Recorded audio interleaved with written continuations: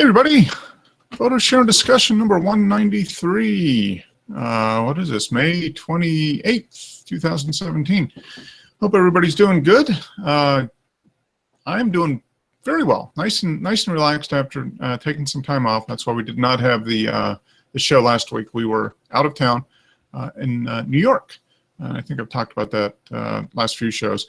But we just got back last night, so right in the beginning of the long 3-day Memorial Day weekend. So hope everybody had a good last couple of weeks, and hope the weekend is going well for you so far. We've got one more day. For those of you who get tomorrow off, Monday is actual Memorial Day, and I want to give thanks, I guess, and appreciation to all those veterans, both active and inactive, who have served our country to allow us to enjoy the freedoms that we have here. And the U.S. is still the greatest country in the world, and it wouldn't be without the sacrifices of the military. So thank you very much. 2 thumbs up to everybody. So tomorrow is official Memorial Day. There's going to be a number of Memorial Day parades and that type of thing. I don't know if I'm going to be able to get out and do that. Maybe, just depends. The weather could be a little rough here tomorrow. We shall see. But as is, I guess, typical with coming back from, we were gone for 9 days or something like that. Even though I did some work while I was gone, still a lot of work to do. So I got to catch up a little bit. Tomorrow is actually doing a little bit of work right here before the show started. So we shall see. I'm definitely going to try to mix some relaxation with work tomorrow, though. Going to maybe develop some film, and we can talk about that once. Hopefully, get a couple of people pop in here. But I did take my large format camera up to New York, and got some. Was able to get some time. Not as much as I had originally thought, and maybe I was being a little optimistic, but we were up there basically for, when did we go up there? On Thursday the 18th, and we got back yesterday, so that's 9 days. The first 4 or 5 days was for my nephew's college graduation up in Albany, Troy, New York area. So we met my sister-in-law and her other son out there, and then did all the stuff that you do when you graduate college. It was kind of fun. But we had one rental car, and she was driving, so I didn't really have a lot of extra time and ability to get out. There's some neat stuff in the Albany, Troy area. It's an older, it's been around for 150 years, so it's a mix of old and new. It kind of reminded me a little bit of Pittsburgh. The Hudson River goes through Albany, and it's hills on either side, so you've got steep hills on either side. But it's an older, it's the Northeast. It's was developed a long time ago, and there's still a lot of older homes, older factories, some still working, some shut down. So there'd be a lot of neat opportunity for that kind of photography. Really didn't get much of a chance to do that, but I did pay attention as we were driving around, note some areas that would be fun to go to if we were ever to get back up in that area again. So we spent, the first, we got there Thursday and spent Friday, Saturday, Sunday, and Monday, and part of Tuesday doing all the stuff that you do when somebody graduates from college. And he is not from the area there, so we had to pack everything up. Kind of takes me back. And he had 5 guys living in an apartment in kind of an older house, kind of beat up a little bit. 5 guys, stuff all over the place. I mean, wow, wouldn't it be great to be at 20s again and not have all that responsibility that you have now. But so we spent lots of time getting them packed up and ready to move out and transport all his worldly belongings that were at school back via plane. So he was taking advantage of the space bags and shrinking stuff down and multiple check bags. We even had to ship back a box. So a lot of fun. But we finished that up on Tuesday, and then I'm just checking the Facebook here, and then Pam and I took some time on Tuesday and drove out to Cooperstown, which was only about 45, 50 miles west of Albany. Neither of us had been there, so it was a good opportunity. We were kind of going back and forth between do we go down to New York City, which was maybe 100 miles or so, and we were thinking of taking a train if we did that, or do we go out to Cooperstown, which we hadn't been to. I'd been to New York a few times for business over the last 10 years. Pam hasn't been there since she was a kid, but we both reached a decision that Cooperstown would be a neat thing to do. We're both baseball fans, not fanatical about baseball, but we both enjoy baseball. And me growing up in Pittsburgh, there's a lot of history for the Pirates. They're one of the original teams way back from the 1870s or whatever. So we took off Tuesday, went out to Cooperstown, and spent a few days there. Drove back to Albany on Friday night, and then flew back here yesterday, Saturday. So, but out there, we did get some good opportunity for some photography. The weather wasn't as good as I would have liked. It was kind of cool, which was fine. I mean, we're back in the sauna here in Atlanta. Things are definitely warm and humid, so it was kind of nice to have cooler temperatures up there. But it was kind of interspersed with kind of several waves of rainy weather that came across over the week that we were up there. So we got up there on Tuesday afternoon. It was nice, kind of cloudy, it was semi-cloudy, but warm on Tuesday night. Wednesday was pretty good. We did a lot of stuff on Wednesday. We had bought tickets for Thursday for the Hall of Fame, and fortunately for us, Thursday was pretty much a complete washout weather-wise. So we had we didn't feel like we were missing anything by spending all day at the Hall of Fame, and it was very, very worthwhile. For those of you that haven't been to the Hall of Fame and are interested at all in baseball, highly recommend it. Very, very, very great. Lots of displays, lots of information, lots of artifacts from baseball. So Thursday was pretty much a washout weather-wise. So we were able to spend all day in the Hall of Fame, and then just kind of wrap up with dinner at a pizza joint, and then just hung out at the bed and breakfast that we stayed at for a few hours.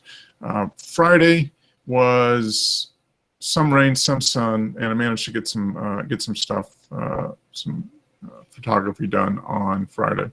I did almost everything large format, which was my plan, and it worked out pretty good. There were a couple of hiccups along the way with large format, taking it back and forth through the airport and the film and everything, and I'll talk about that in a little bit. But did manage to get some good, what I hope are good. I took up both the black and white and the color. So I took up essentially a box of the FP4 Plus, which is turning into my standard kind of go-to black and white film, and took up a box of the Ektar 100. And these are actually the boxes with exposed sheets in there. And so it looks like I got six shots of color, and how many shots of black and white? 2, 4, 5, yeah, 6. So the same thing. So I got 6 black and white, which I'll develop myself, and 6 color, which I'll need to send off to, I use the darkroom. They're in San Clemente, California. Always had really good luck with them over the last 4 or 5 years with any color film. They charge $4 a sheet for C41 4x5, so not too bad. I'll send those off this week and hopefully get them back next week and get some scans in. Hey, there's Joe. Hey, brother. How you doing? Okay, man. I was doing some editing here. Let me shut my tunes off. Okay. There we go. Yeah, Whew. Yeah, that was Long day of editing. Yeah, I've been at it, I guess now for God, I guess 6 hours. 6 hours? Okay. Well, that's not as bad as the 21 you did a few weeks ago, right? No, but I'm spent like still 20 hours editing. Yeah, and today will be another one of those. Wow. Yeah, I went for my walk earlier. Hopefully it's the beginning of a new routine of Okay. at least at a minimum walking a couple of miles. But Okay. Good. so I did 4 miles this morning. First thing. Mm-hmm.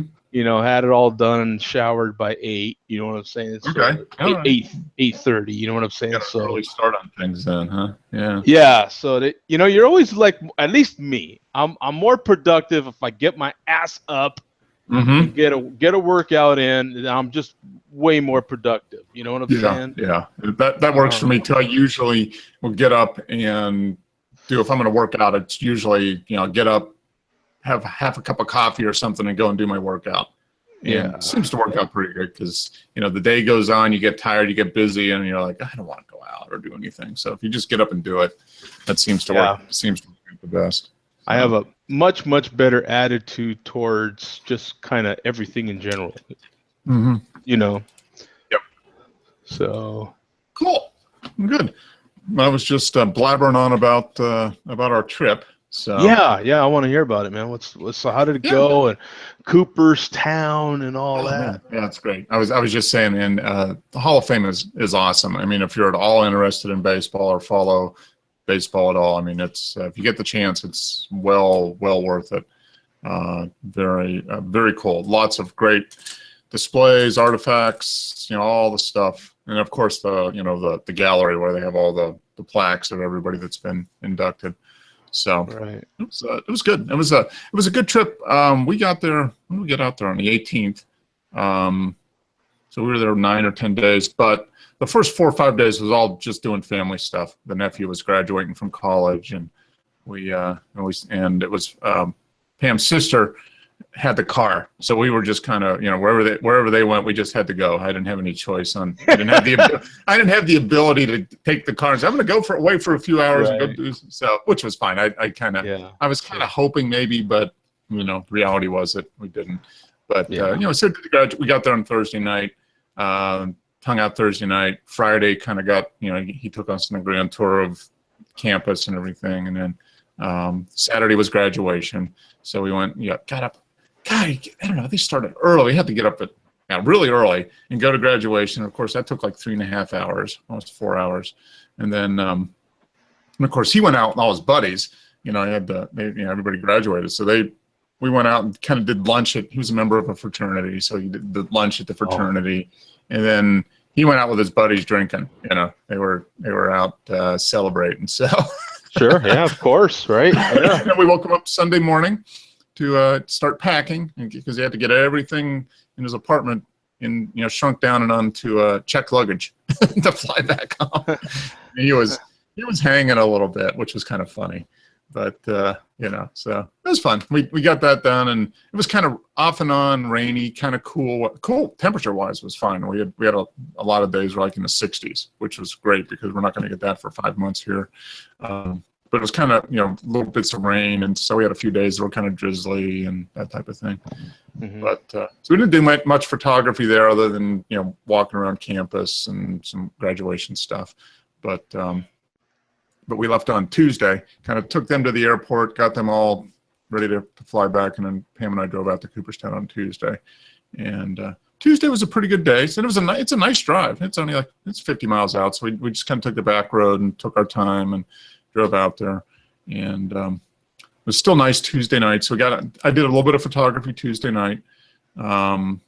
Wednesday was a nice day, and I did the share beer with you Tuesday night when we got back to the hotel, and then Wednesday we did. Wednesday was some photography, and then Omegang brewing.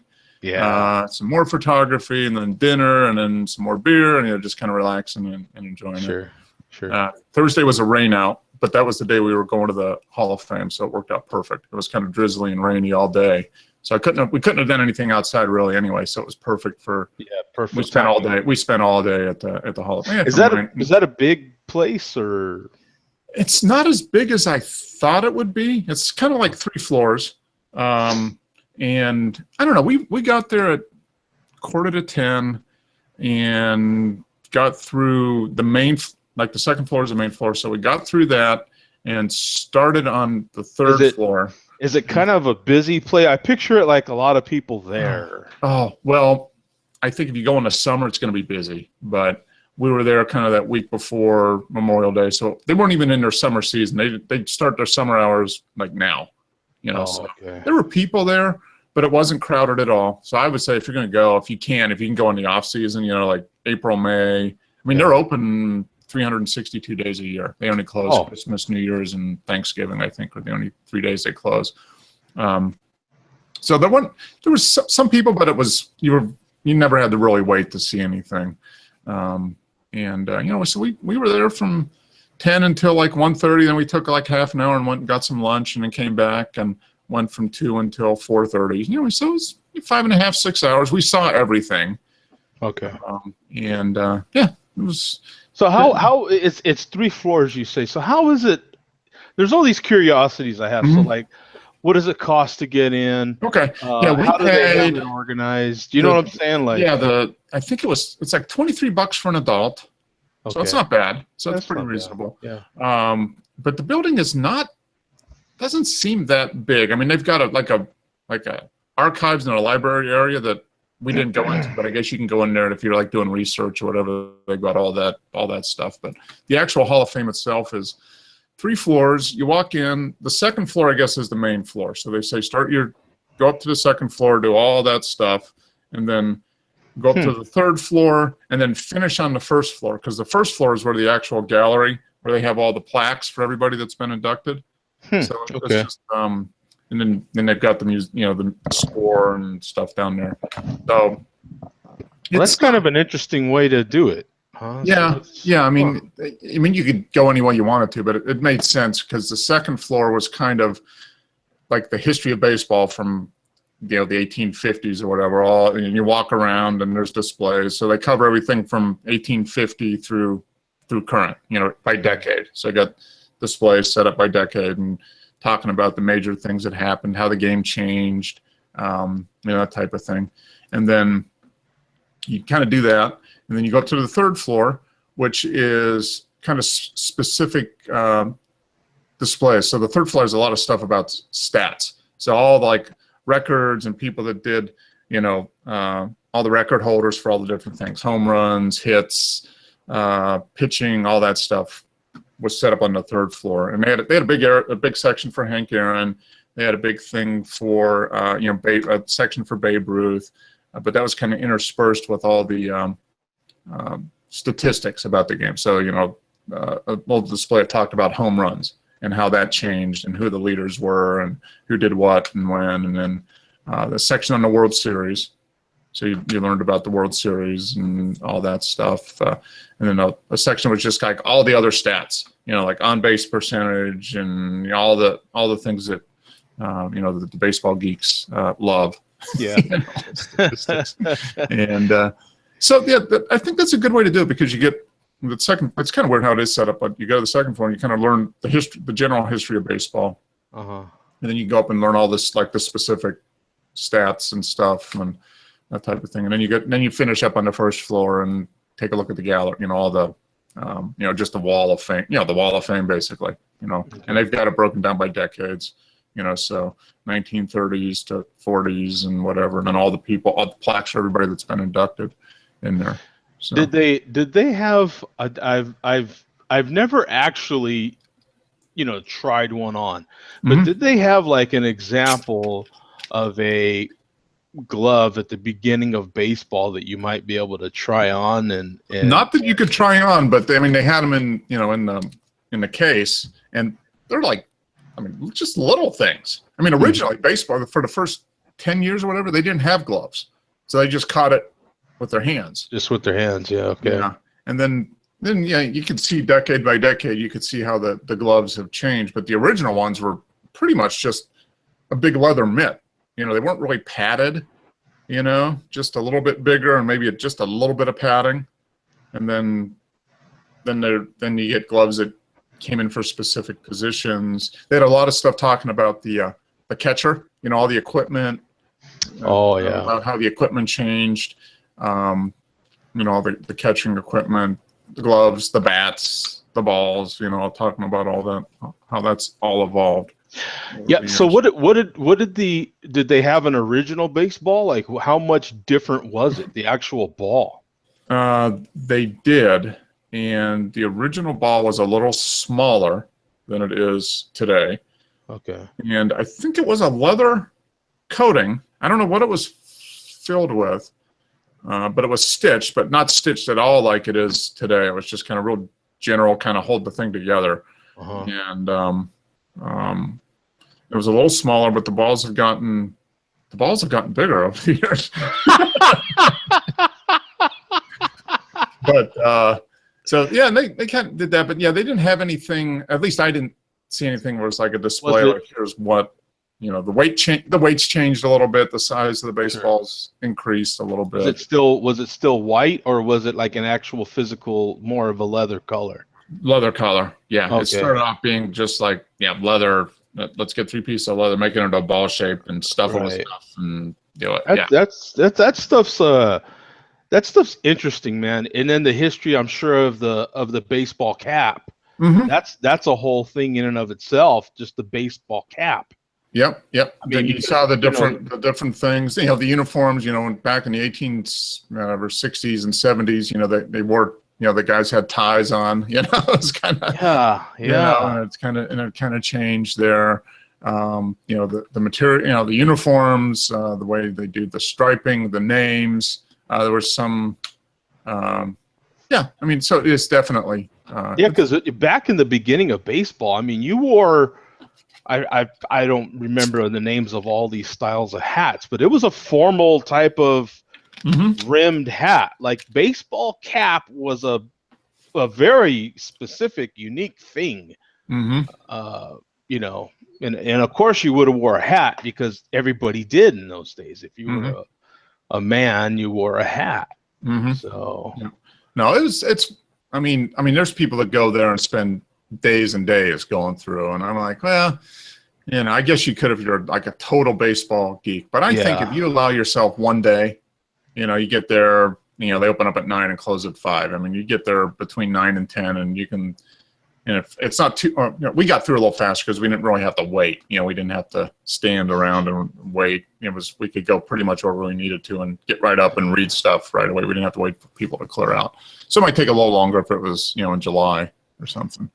Now, I realize it was raining and stuff like that, but how much stuff is outside? Like, how much stuff? Now, is there examples of like baseball fields? Well, like the only thing that's outside, they have Abner Doubleday Field, which is like a block or two away, and that field was built originally like 1845 or something like that. So it's the original baseball field supposedly. Although I guess everybody you heard that Abner Doubleday invented baseball and all that. Well, the reality is he didn't, but the person that wanted to essentially have the Hall of Fame there decided that would be the best place to do it because that would help them. So they kind of spun the story that Abner Doubleday invented baseball because he was from Cooperstown.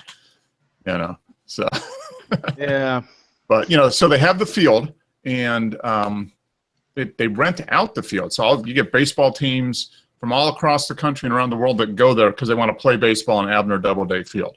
So they rent it out, for $1,000 an hour or whatever it is, for people to come and actually play on the ball field.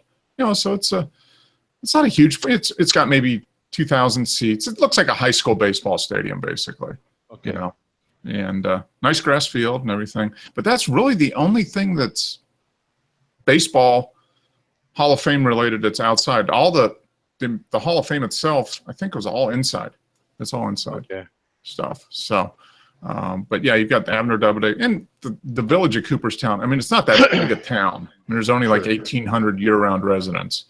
So The busy season is now through like Columbus Day, because you get all the summer stuff, and then the fall with all the leaves changing, it's really popular for people to go up and see the fall colors, which it would be beautiful. There's so many hardwood trees that would just be absolutely awesome in the fall, I'm sure.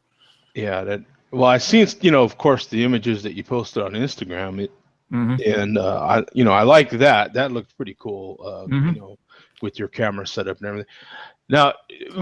Now, Cooperstown itself. Now, when you say you had something to eat and then you came back, did you eat in Cooperstown, or did you have to go to like another nearby town? Oh, no. The Hall of Fame. I mean, Cooperstown is, it's like a little town. So you got Main Street and that type of stuff. But the Hall of Fame is on Main Street, and then obviously right next to it is all you've got all the souvenir shops, restaurants, and all that stuff. So I mean, we walked 5 minutes down the street to a little cafe. I mean, it's not that. There's a lot of stuff, but it's not that big a town. Sure. So it was very, very walkable. We stayed at a bed and breakfast. It was a mile south of town. It would have been a perfectly good walk if it wasn't raining. But probably like your typical kind of, well, like you said, we have one main street. It might have 5 traffic lights in it, and that's about it. And we've got, on both sides of Main Street, we've got a good probably half a mile of whatever shops and whatever, but maybe a couple of good little coffee shop diner type deals. And Yep, that's exactly what was there. I mean, you had a couple like higher end like steakhouse and that type of stuff, but you had like the Cooperstown diner, sandwich shops. There's lots of baseball souvenir shops. I mean, and if you're into baseball cards, there's all kinds of those. I mean, I mean, it's a very accessible town. We were there. Parking was free. That's going to change this weekend. It's like $10 all day, which is still pretty reasonable. But we were there, and parking was still free in the lot next to the Doubleday Field, which is 2 blocks away from the Hall of Fame. So, it's a pretty area. I wish the weather would have cooperated a little bit more, but we got, end of the day, we got it worked out pretty good. So it didn't kill the trip. In other words. Oh no. It was a little cool. I mean, we each took like three pairs of shorts, and we didn't wear them. Well, we wore them once when we were in my nephew's graduation, but after that, it was just jeans the rest of the time, because it just really wasn't that warm. It's it's like a blast of reality whenever I leave Phoenix again, you know what I'm saying? Because it's like, oh yeah, there's, maybe if you go to SoCal, that's about the only other place where it's about the same sort of, maybe not as hot, but the same sort of, decent weather. So anywhere else, it's like a blast of reality. You're like, whoa, what the hell? Yeah, especially around this time of year. I mean, usually by the time we get to May, it's been warm here for nice, relatively comfortable for a couple months at least. And up north, Memorial Day can still be kind of touch and go. You can get cold and that type of stuff. So it's always a little bit of a challenge. But yeah, the weather was fine. It was a little cooler than we would have thought, and a little more rain than we would have liked, but it didn't really ruin anything. We were able to get done everything we wanted to do, basically. So it worked out. Pretty good. And then you got back Friday or? No, we got back yesterday afternoon. Yesterday, okay. Yeah. I was going to say Friday or Saturday. Yeah, all right. We got back. Yeah, we left Cooperstown Friday, drove back to Albany, and then flew out yesterday to come back. So is that the end of the trips for a little bit, or? I think it is. We might go visit some friends early fall, maybe. But I think that's it. My brother and his family are coming down like over July 4th weekend. But other than that, we're here. We're here for all summer in Atlanta. Nice, hot, and humid. So, hey, Dennis. How you doing? Good. How are you? Yeah, a bit of trouble logging on because man, earlier in the week I deleted a password out of my keychain. Oh. And then I discovered that I deleted the keychain. Oh. So you deleted the whole thing, not just the password. Yeah. Well, I don't know if I should be hurt or not by that. I don't know. I just found out that I was no longer logged into Google. Oh, okay. So you had to log back in. Yeah. Yeah, because it usually does it automatically. So then I couldn't remember the password. Oh, yeah. That's I've just been setting up a new password to Google. Yeah. So no, we're just talking about our trip. So it was good. How did you guys? Did you just do a shoot today, Joe? Is that what you're editing? No shoots. As far as I know, I am not going to be doing. I did a shoot. Well, the weekend before last, I had 2 shoots that weekend. But yeah, no more shoots for the whole month of June, really. Okay. There might be 1-2 weeks from now. Three Sundays from now, there might be a small little shoot, but nothing professional. Just kind of some friends that are coming in town. I might shoot them. Okay. If you know what I'm saying, if they want, you know what I'm saying, but nothing no big deal. But no, I'm just trying to catch up on all these that I've been. Yeah, I know how that goes. Yeah, Joe, you've been spending money again. Looks like you've got some furniture now. Yeah, well, yeah. I got living room furniture, so yeah. Well, I'm gonna call it an old sofa. It's not an old sofa either, but yeah, this old sofa got put in here. Yeah, that's a dedicated photographer. When you buy new cameras before you got somewhere to sit. That's right. Yeah. You gotta have priorities. Yeah, exactly. Yeah, now the luxury of being single is sitting somewhere is optional. Yeah.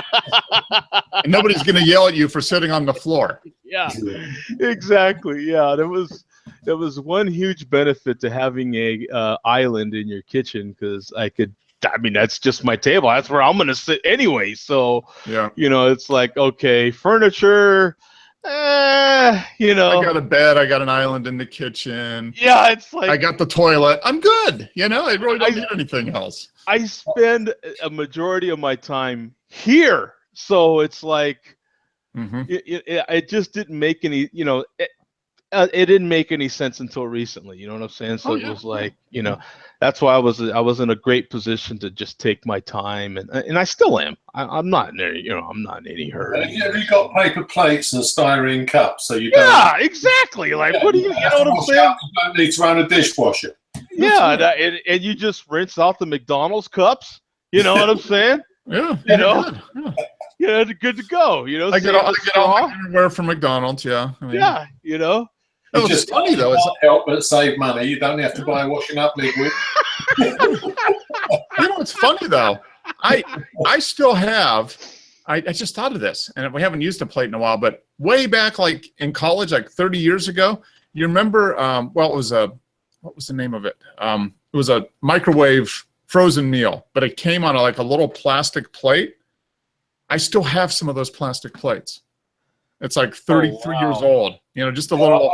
I heard that the plastic plate tasted better than the contents. That might have been it. Yeah, but the plate still works. I still use it occasionally. I haven't used it in a while, but I would use it. It's small enough I can just put something real easy on it or whatever.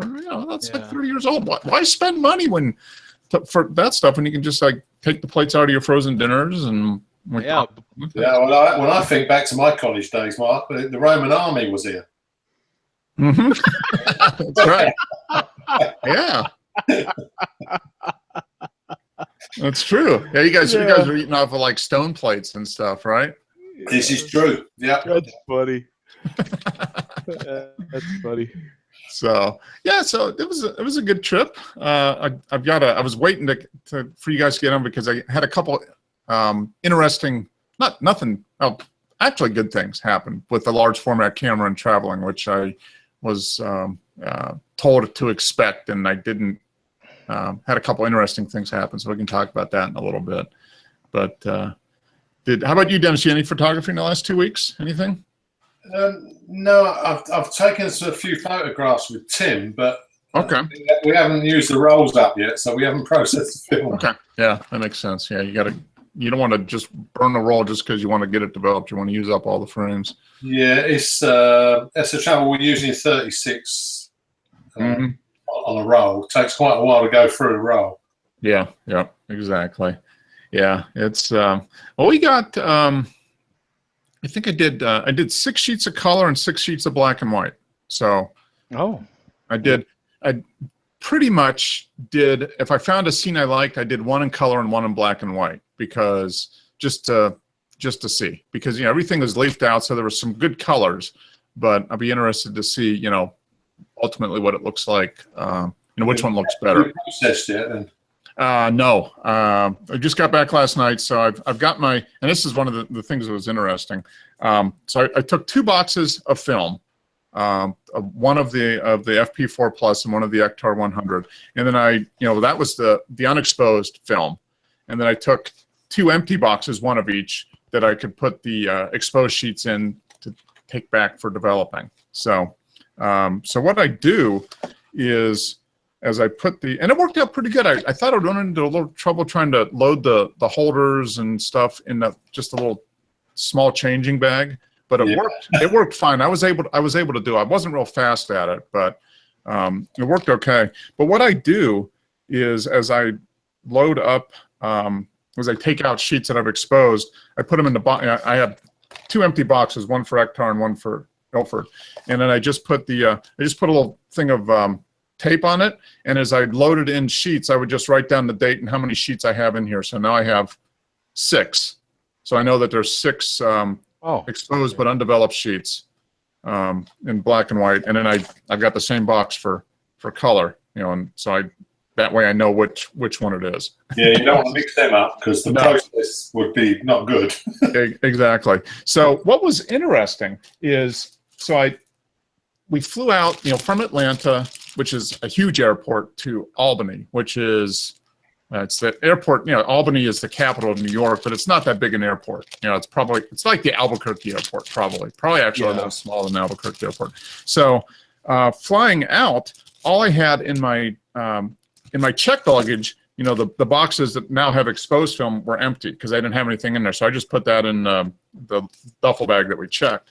But I had to take the film in my carry-on, you know, to do it. And I just went up to the guy at the screener and said, "Can I get a hand check on the film?" And they're like, "Oh yeah, fine." You know, so they take the film, they take it out, and they swab the little chemical stuff on it to make sure there's no residue or whatever. And I was kind of worried that they would want to open up the box, see what was in there, but they didn't ask me. And they just took it and swabbed it and gave it back to me. I was like, okay, cool. So I figured if they weren't going to do it in Atlanta, they sure as heck weren't going to do it in Albany. Well, so I come back yesterday, and I've got 2 bags. So I put them in these little Ziploc bags. So I've got one bag that has the film that's unexposed, you know, the sheets I didn't use. And I have the other bag full of the exposed but undeveloped film. And so I hand them to the lady at the scanner, and I said, "Can I get a hand check on the film?" She's like, "Oh yeah, not a problem." So I give them to her, and I load up the stuff on the conveyor belt, and I walk through the scanner or whatever, and I go back, you know, to where their little area that they're doing that, and she's swabbing the film, you know, the outside of the box and everything. And she goes, "Oh, I've done that, but do I have your permission to open up these boxes and see what's inside?" I'm like, "No, you don't," because if you do, it's going to ruin these pictures. She's like, "Well, I swabbed it, and nothing, you know, everything's fine." She says, "But we really should be checking inside." I'm like, "No, please don't," you know. But I said, if you have to, I mean, you know, I can't tell you not to, but I would prefer, obviously, that you don't open it. So she goes, "Let me check with my supervisor." So she goes away for a minute, comes back with this guy, and she's like, "Hey, Bob, you know, I swabbed it, everything's fine, but what do you think?" And he's like, "Well, we really need to look inside these." I'm like, "Oh, wow." And I said, and he says, "Well, what speed?" He says, "What is this?" And I says, "It's 4x5 sheet film." And he goes, and so he's taking a look at the 2 boxes that only have, you know, they only have 6 sheets in them, so they're not very heavy. And the stuff that still has film in it, larger number, it's heavier. And I'm like, "Well, so these are," so I told him, I said, "Okay, here's these 2 boxes. I've got black and white and color film that I've run through the camera, but I haven't developed. So if you open these up, they're ruined." And I said, "And I have boxes that are opened, but I haven't used all the sheets. So if you open this up, they're ruined. And he says, well, what speed are they? I says, they're 100 speed film. He goes, well, you could run them through the scanner. I was like, yeah, I could, but I prefer not to because, it could do some fogging. And he's looking at it, and he's like, what kind of camera is this? So I opened up the thing, and I showed him the camera, and I unfolded the camera, and they're like, wow, that's kind of cool. And looking at it, and so I showed him how I loaded the film in and everything, and he was still kind of skeptical. And he's like, well, these two boxes are heavier than these two. He says, what's up with that? Why is this one heavier than this? So I had to explain, that I said, well, these are all the sheets, a bunch of sheets that I haven't run through the camera yet, whereas I only managed to do 6 sheets of each one on here. And he kind of looked at me, and finally, after he kind of thought about it, he says, okay, you're good. But it was kind of interesting. They were like, well, how come we can't open up the box? I'm like, well, if you have to, I guess you have to, but if you do, it's ruined. The shots are ruined. What's funny, Mark, is every night I go through a similar thing, right? And I mean, it's not camera film, and it's not running through security per se, but I have to, going into California, they have a bug check. Okay. And now when I'm on my normal lane on I-10, going through that bug check, going into California, through darn it, how come I'm forgetting that Blythe? It's busier, right? So they're just like, yeah, go. But if I have to go through Yuma, it's much smaller. They hardly get truck traffic, so they're extremely thorough. So I have to, you know what I'm saying? I have to make sure, if I do go that way, I have to make sure that I have my proper paperwork and all this stuff. Whereas, on I-10, they're so darn busy. They're just like, yeah, go. You know what I'm saying? They don't have time. Otherwise, they'd have trucks backed up for a mile. You know what I'm saying? Yeah. And I think that might be it because, Atlanta is obviously very busy. And yesterday at the Albany airport, there were 20 people in security, Right. So like literally walked right up, bang, we're done. And like you said, they're like, well, we got extra time. Let's just be extra thorough. They're just, so they have time to even ponder that, whereas in Atlanta, it's like, dude, if you know what I'm saying, you're going to have so many complaints and so many, you're just like, yeah, that ain't worth it. Let's get it over with. And it was kind of funny though, because I was, we had two backpacks, which was our carry-ons, and in one backpack had all our electronics. So it had my laptop and all that stuff, and then I carried the backpack that had the film and the camera in it. So and Pam and I got in different lines. So I'm in this line over here, getting asked all the questions by the screener about whether I had explosives in my film box or anything, and they didn't understand why the film. He says, well, this is much bigger than normal film, and I, all that stuff. And then in the other line, Pam was over there. And they were like, they wanted her to prove that the computer was real. So they're like, turn on. So I get done with here, and I'm like, whew, okay, I'm fine. And I see Pam over there, and I see her kind of fumbling around because she couldn't remember the password to log onto my computer. Oh, and the guy's like, we can't let you through until you show that this computer is real. And she's like, I don't know the password, because she didn't know where I was. And I came over, she's like, and I typed it in, and the guy watched to see it boot up, and then once he was good. Yeah. But they were, and that's the first time we'd ever had that happen too. So it was, I think they were just maybe a little slow and had extra time. So security has gone crazy, Mark. So and I think very soon we're probably going to be at the point, because right now you can't carry on laptops from flights to and from Europe for the most part. Yeah. I went to a shopping mall today in England, and I passed 6 police officers carrying submachine guns. And after you guys had the terrorist attack there, you rarely saw a police officer with a gun in this country. Yeah, and that's going to be the new normal now. Now we got the army on the streets. Yeah. I have to admit, man, and this was, let me see, when did I go there? It was 89. Okay. when I went to London Airport, that big one, on my way to on my way to Germany, and that was the first time I was terrified. I mean, granted, I was 18 years old, but I was about to be 19. But I was terrified because I had never seen cops walk around with like Rottweilers or anything other than German Shepherd. I was used to German Shepherds, but I had never seen cops walk around with, just like Dennis said, submachine guns and anything other than a German Shepherd. It was very intimidating, and that was actually in London, and I was like, holy crap, you know? Yeah, well, see, we had the same thing here, Joe. When I was a teenager and went into Europe, it's strange when you see police officers with sidearms and machine guns. You know, so it was the same for us because we never had that in this country. Yeah, I mean, for a long time, the police didn't carry. All they carried were clubs, right? They didn't carry. They had like sticks. Yeah, just nightsticks or whatever. Punches, they used to call them. Yeah.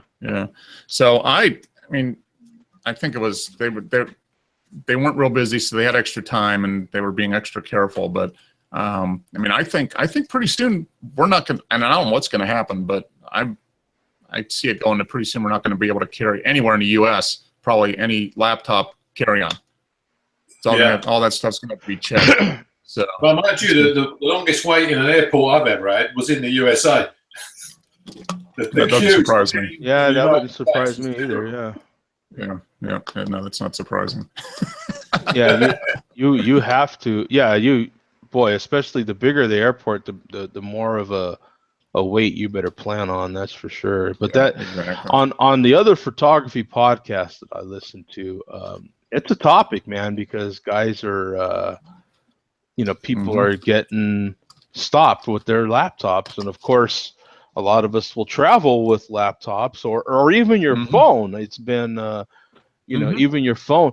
There's apps now that are being developed because of that reason. Like they'll take particular information off your phone, and then when you're across customs, you can put it back on your phone again. I mean, they're so I don't know what real purpose they're defeating their own purpose by trying to screen some of this stuff, because the people that they're trying to screen, that's the purpose of those laws, are getting around it already. So what it's the old joke that been going around. You see all these young guys going through, and then there they are in the corner frisking grandma in a wheelchair. It's like, come on. Exactly. Yeah. But exactly. Yeah. So I mean, Hey, Simi, how are you? There he is. He's popped in. He's in there. Yeah. Hello. I'm really thinking about. I mean, it was easy traveling with the camera. I mean, it fits nicely into my little backpack, and I mean, it's actually no heavier really than like a DSLR would have been. So that's fine. But the challenge is going to be the film. And I'm almost thinking that in the future, I might, if at all possible, I'll just ship my film to where I'm going to be and then ship it back. I'll have to pay like an extra $30, $40, for that. And just, the hotel that we're going to, if we're going to friends, I'll just take the stuff a couple days ahead of time, drop it in, and have it show up there, and then do the same thing back, because it was a little bit of a hassle, and I mean they could have opened up and they could whatever they wanted. I couldn't do anything to stop that, but it definitely took a little bit of time and negotiation on my part for them not to do it. It's strange, Mark, that they don't understand that if you open a box of film, you're going to ruin it. Yeah, well, they just, and I showed them the camera, and they're like, "Oh, that's cool. Is that an old camera?" I said, "No, it's a brand new camera, but the lens is older and that type of stuff." And they just didn't. I said, "You don't see many of these come through." And he goes, "No, not very many at all." So, yeah, it was a good, interesting experience. But I think generally now I might just ship my film both ways. That's just going to be. I just have a vision of all the sports guys behind the goal with all 4x5s waiting for the moment. Yeah. Exactly. So yeah, I mean, I might just, if we're flying, especially out of smaller airports, like you were saying, Joe, I mean, I might just make sense just to ship it, Yeah, put it in a I was box and thinking that FedEx. before you left anyway. I was thinking that already. I was like, you'd be better off. You know why? Because just from airport to airport, I mean, Yeah. Everyone's different. Every airport's different. Like Ontario for sure. When I fly into Ontario, California, Mhm. they're a little tougher than some other airports. Yeah. Even though they're just as busy, they just you just run into different stuff. You know what I'm saying? Yeah. That's Well, their priority. the other film, like 35 millimeter or 120, I mean, it's easy to see what's there, so Right. they can take it out of the bag and toss it around. Nothing's going to happen. But in when it's a box, they want to open up and see what's inside the box. I mean, that's just, human Of nature. course. Yeah. And then they got some guy with a goofy camera trying to explain why they can't do that, and but it all worked out. Now the question is, did I get any images? I think I did. So, but I don't know until I develop. It's getting so to where with baggage fees and security that people are even shipping their luggage Mhm. to the airport. I mean to the hotel. Mhm. I mean it's almost cost effective because I mean you can have it shipped there in a couple days and if you don't need it immediately then it works out. Yeah. Some of our airlines charge so much for baggage that it'd be cheaper to buy them a seat and put your case next to you on the plane. Yeah. Buy an extra seat for your luggage. Yeah. Yeah. So I mean, I think it's, especially with the cost of the 4x5, even the black and white film. I mean, if the guy would have opened up that box of unexposed stuff, I'd still have 15 sheets left. I mean, that's $20 right there. It's gone. Yeah. And if he would have opened up the color, that would have been about the same too. So it's like, and the hassle, and if you run into somebody who's having a bad day and they just want to mess with you, they can just do it anyway. I mean, you really don't have any say. If they want to do it, they can do it. So Right. it's not worth the risk for as much time and effort as you put into doing the photography. Right. Yeah. You just don't have it. It's always best not to muck about with the customs people. Yeah. Exactly. Because we had an American here who was going to Chicago from Heathrow. And he had a violin in a case. And when they asked him what was in it, he said it was a Tommy gun. Oh my God! Yeah. So the next thing is he's surrounded by police. Yeah. Taken out the airport to some police station where he spends 4 hours, and then he's missed his flight. When he gets back to the airport, he said he's never coming back to this country again. Yeah. Well, that's his own fault for being a smart ass. I mean, that's just common sense. There's another stupid American, that's for sure. There's plenty of us over here, man. But that was kind of not a negative, but it was an interesting experience. But I had two very positive experiences with the camera too. So we found a barn. It's an octagon shaped barn that hopefully I got a couple good shots, but it was out in this field, and it was on somebody's property, and it's like, I don't want to walk onto their property and photograph this barn. So I got to this empty field that was next to it. So I'm up there photographing, and I see this car coming down the road with a guy in it, and he like sees me, and he starts looking at me, and I'm like, oh no, he's gonna come and kick me out or whatever.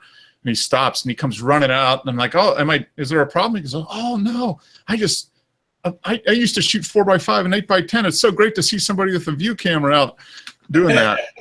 And so it turns out the guy's a professional photographer. He lives in Cooperstown, and he does all the baseball games at Abner Doubleday Field. So he shoots all the ball games and then sells the prints to people. So we talked for like half an hour. Yeah, did you get some lessons from him? Yeah. Well, actually, he still has. He was talking. He has 8x10 Polaroid film in his freezer that he did, but he got to start doing architecture and aerial photography, and now he does mostly sports photography. But he gave me his card. This is great. That's his card. Yosemite Sam, who do you want me to shoot now? That's his card. The guy was, he's probably 60 or whatever, and we talked for quite a while. And he's like, yeah, when you get those developed, let me, send me the link or whatever. And, if you ever have any questions, I've been shooting this stuff for, for 40 years, so that was kind of cool.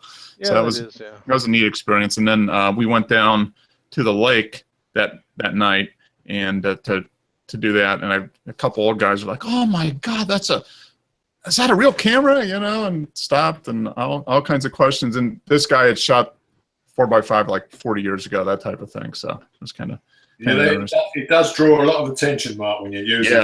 Yeah. If you want to be anonymous, don't walk around with a 4x5 camera on your tripod hanging over your shoulder. I mean, you're going to get people are going to look at you. So it was kind of fun. So it was overall very, very good experience. So we'll see if I hopefully get the black and white stuff developed this week and scanned in, and then I'll send off the color sheets this week to get developed. So maybe by next show I'll have the black and white, and the week after the color. So this should be pretty good. But yeah, it was a good trip and lots of fun. And I got basically 12. I did 12 exposures over of like 4 hours of shooting. So that's yeah. So it's better than 1,200 on your digital. Yeah. So it was good. It was good.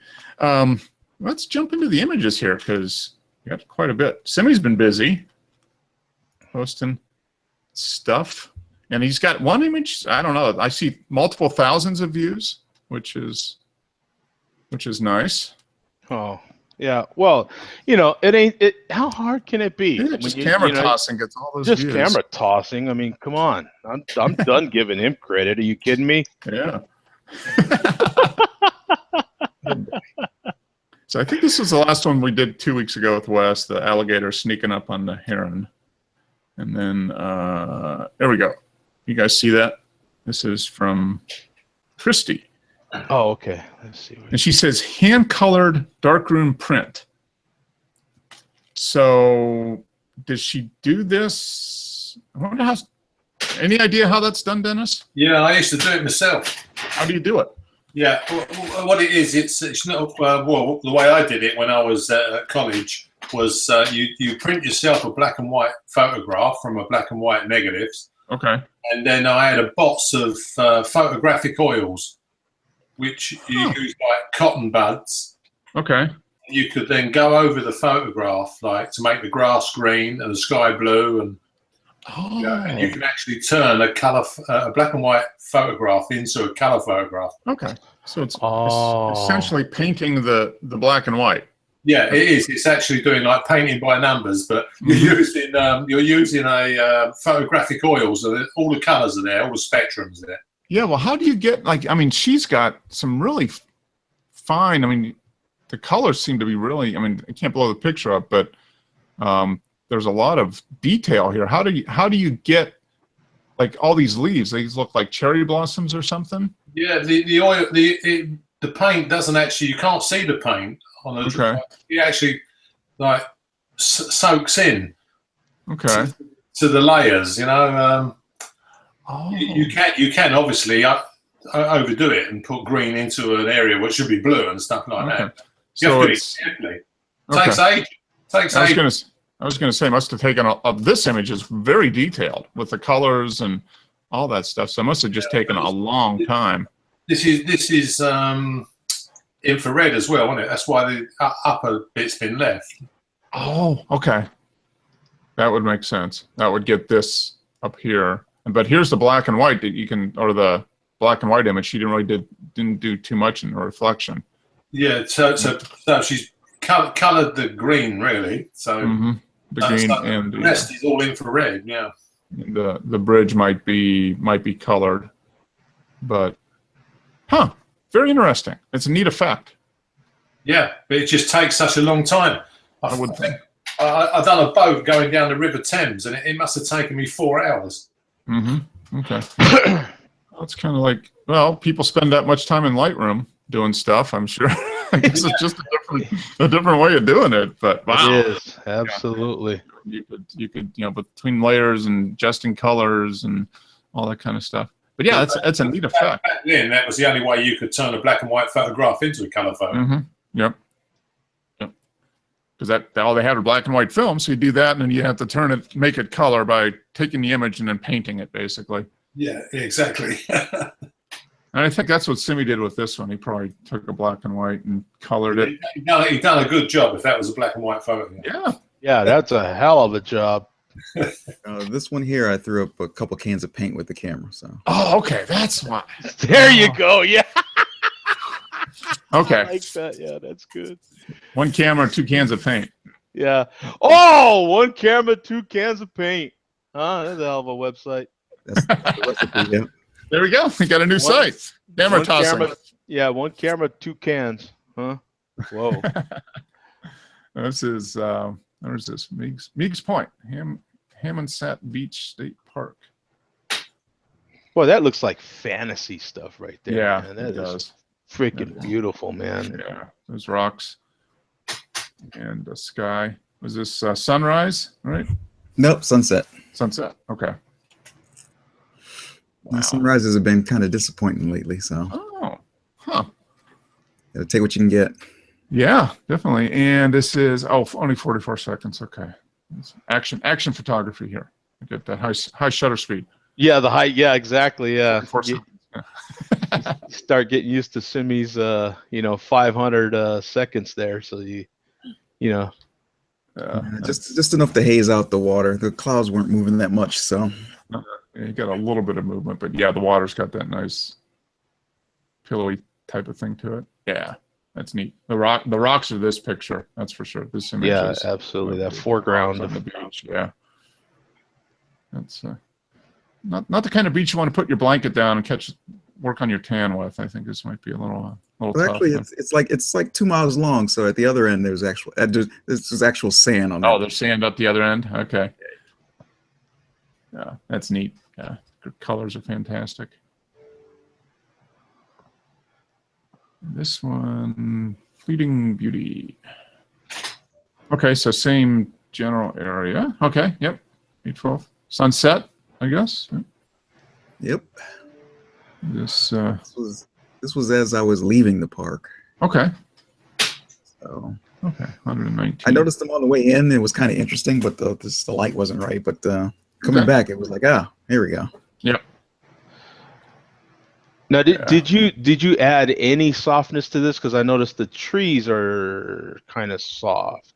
Were they moving, or did you just add that? A little bit of Orton effect, but they were moving though. Yes. So Okay. Okay. But I did add a little bit of glow around them. Okay. Hey Sim, let me ask you. I don't know if I've asked you before, but are you on a high res monitor when you're editing? What are you editing with? 27-inch basic IPS. Oh, okay. So it's not it's not a 4K monitor, but it's pretty decent. It's pretty decent. Okay. Yeah. Yeah, that's nice.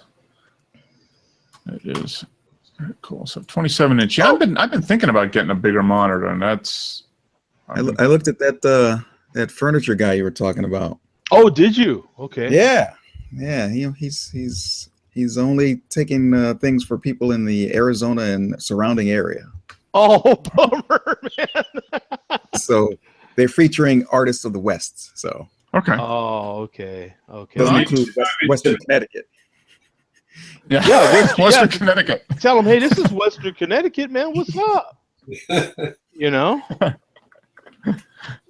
Oh, but I gotta imagine there's probably similar type of thing in your area. That might be a good. There's got to be. I mean, furniture. You might even do the same thing I do, Sim. You know, I mean, I submit to magazines, and that gets you exposure like you wouldn't believe, man. I mean, you could even submit to you're not a Canon shooter, but Nikon or that's pretty popular though for guys to submit to. I'm a Canon shooter, so Canon takes a lot of images, but you could submit to like National Geographic. You could submit to Time magazine, all these different magazines and they'll actually pay you. I mean, the ones I submit to, it's a long road, man, before I actually get paid. But some of the lens manufacturers, they take submissions. Sigma does for sure. And that's how you get sponsored, which gets you discount on gear or or free gear. You know what I'm saying? Stuff like that. So. Well, wasn't it National Geographic that won't accept anything lower than medium format? Oh, well, that's something I'm not aware of, but yeah, that's. Oh, I'll have to tell the wife then. You know. Yeah, it's a business expense. I think. Yeah, but in any case, I mean, there's lots of different, and like I say though, and it's fun to see your stuff in a magazine, man. It is so freaking cool. And then also who takes submissions are of course the news, your different news stations, but your local governments, your county government, your state government for sure. I used to submit to the state of New Mexico. Mhm. Quite a bit, and it's fun when they use your images too. That I had my images used for like state guides and stuff like that, which is pretty cool. Yeah, that's cool. Yeah, there's a lot of avenues that you don't normally think about, to get your work out there. I mean, I haven't explored any of those at all. But I mean, this stuff here, like the previous image, my God, I mean, yeah. I mean, there's got to be some cruise lines, hotels, somebody interested in your work. You do that kind of work. City of Madison, or whatever. Yeah, yeah. Yeah.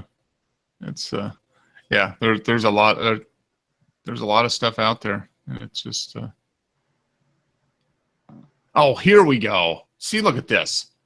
82,000. 82,000. Yeah, you made it to the front page. Ding ding. Yeah. That's. Yeah, I think this one got explored too. So. Okay. Yeah, that's what I'm talking about. Yeah. Yeah. That's crazy. I mean, what do you get now? Do you have your account set up to where you get alerts? So was your phone just blowing up? I'm not sure if it's alerts, but yeah, I get things on the phone when the people fave or whatever. So yeah. Mm-hmm. Do they contact you as far as like man? Because I mean, I get not absolutely just bombarded one after another, but every week I get at least 4 or 5 different sponsor offers or somebody wanting to do this or that. Mm-hmm. Well, with 82,000 views, they should start paying you that, Simi. Huh? They should start putting adverts on your stuff and get paid. There you go. I wish that would work out. Yeah. Nothing from Flickr so far, though. From some of the other spots I have, but nothing from Flickr. Okay. Yeah, this one's great. Absolutely. Yeah. Maybe once Verizon gets them, I don't know. Yeah, that's true. That's gonna switch over. Mid-June? I saw that they had a new terms of service that they popped out. Yeah, something like that. Yeah. I wonder if you could submit just skip everybody and just go right to Getty themselves and just say, here, look, this is what you've been missing. Yeah. Because Getty's the main one, right? I mean, yeah, they used to take submissions from Getty from here. I think you do have to go directly now, though. Oh, okay. Yeah, okay. Yeah. And do they have different categories that there's stuff that they're currently looking for, or do you just submit and cross your fingers? It's mainly the same kind of stock thing. They own iStock and a couple other ones now too. Yeah. So. Okay. Yeah. Stuff that would be good stock photography. Yeah. Yeah. Well, this could be one of those ones that would be on one of those motivational posters or something. Man, I'm telling you, yeah. And there's something to be had here, man, for sure. I mean, that's fantastic. Yep. It looks brighter on your monitor there, Mark. It does. Yeah. Huh. Yeah. Okay. It's more moody on mine, so I've got mine toned down a little bit. So. Okay. Yeah. I've got it on the monitor that is loosely calibrated. I mean, I haven't calibrated it in 2 months. Great description. Yeah. Loosely calibrated. I've done it, but it's been probably 3 months since I've done it. But so it's better than average, but but the lighting makes such a huge difference too. Yeah. Yeah. Just the general room lighting when you're viewing the monitor. Well, Mhm. that's why I asked what Sim was using when he edits, because I've got two 27-inch monitors, but they're very different. And then so Mhm. right now I have the main Flickr Marks group on my Mhm. 5K monitor. So it's just so much different on that monitor than Yeah. my other 27-inch monitor. Yeah, I've got I think this is a 23. It's a Dell. My main monitor, the one I edit on, and what you're seeing on it's a Dell. Like, is it a 23-inch IPS? It's like 3 or 4 years old, but it's pretty good. Does it look better on the 5K monitor? Oh yeah, man. I mean the depthness of and the dreaminess that you put in there also comes through. So the brights are really bright, and those dark tones are just if you're when you're in this one, you didn't do it so much, but when you're going to your true blacks, man, those blacks are just black. Yeah, you know what I'm just saying? Like, solid. Yeah. Yeah, good to know. Yep. Yeah, I think the monitor technology for a high quality monitor the price of that has come down quite a bit the last few years. yeah, it does make a huge difference, man. And I think Dennis has the same setup as I do, don't you, Dennis? I got the 27 iMac with the high res screen. Yeah. Yeah, that's a good setup. So this one, change along the path of resistance. You got this is a very productive section of right here. You got some great images from this little bit here. Hammond Asset Beach. Yeah, give me 3 hours in a place. I'll get something. Is this your 10 stopper, Simi? Yes. Okay, only. It was still bright when I took this one. Not bright, but it was still early. Yeah, bright enough.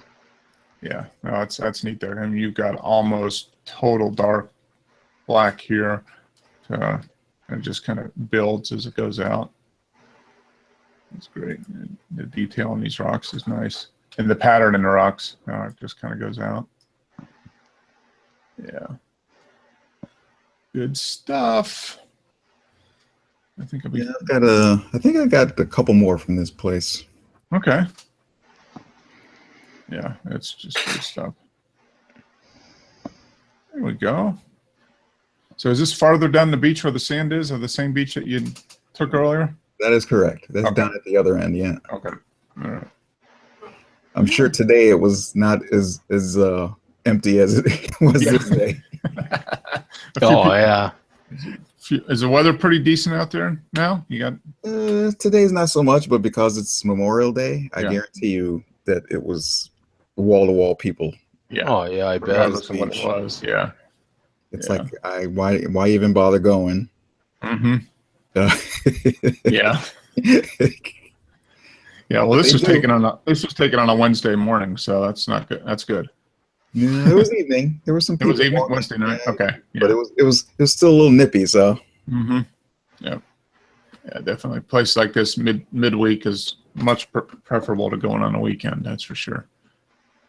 Yeah, this is 500th of a second. Wow, short. Yeah.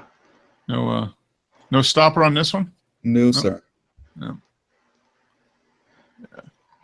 Yeah, F16 is doing all right. Mm-hmm. Yep.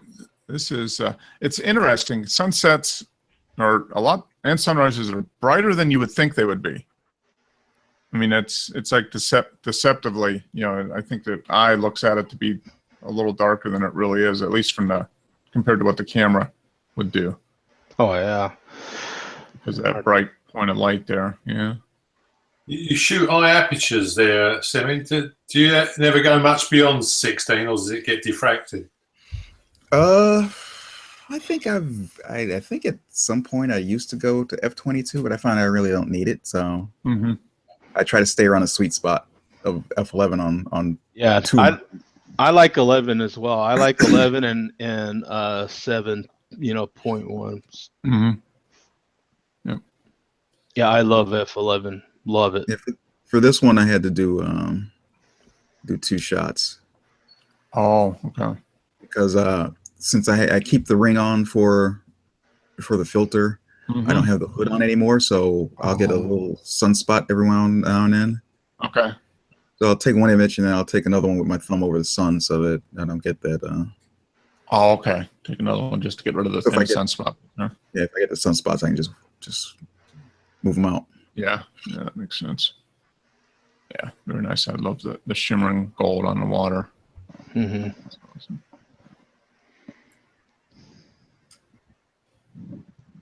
This is a neat one, Joe. I like this. So this is your Snapseed experiment, huh? Yeah, just another photo you create on your phone. Just they've got that new double exposure feature, so have to take a look at that. Took one of my.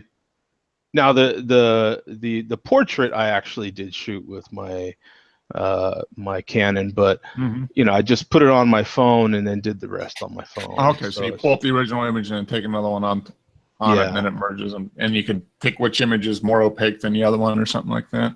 Yeah. Well, the first one you load up in Snapseed is going to be your background. Okay. And then you're picking the image that you want to put on top of it. Okay. All right. So it's it's fun to play around with. They have different little tones and so forth that you could. I mean, it's a pretty deep little program, an app. Yeah. It's a great app. I love it. I updated it, and now I need to play around with it a little bit. It's a lot of fun to play around with, and now they've got what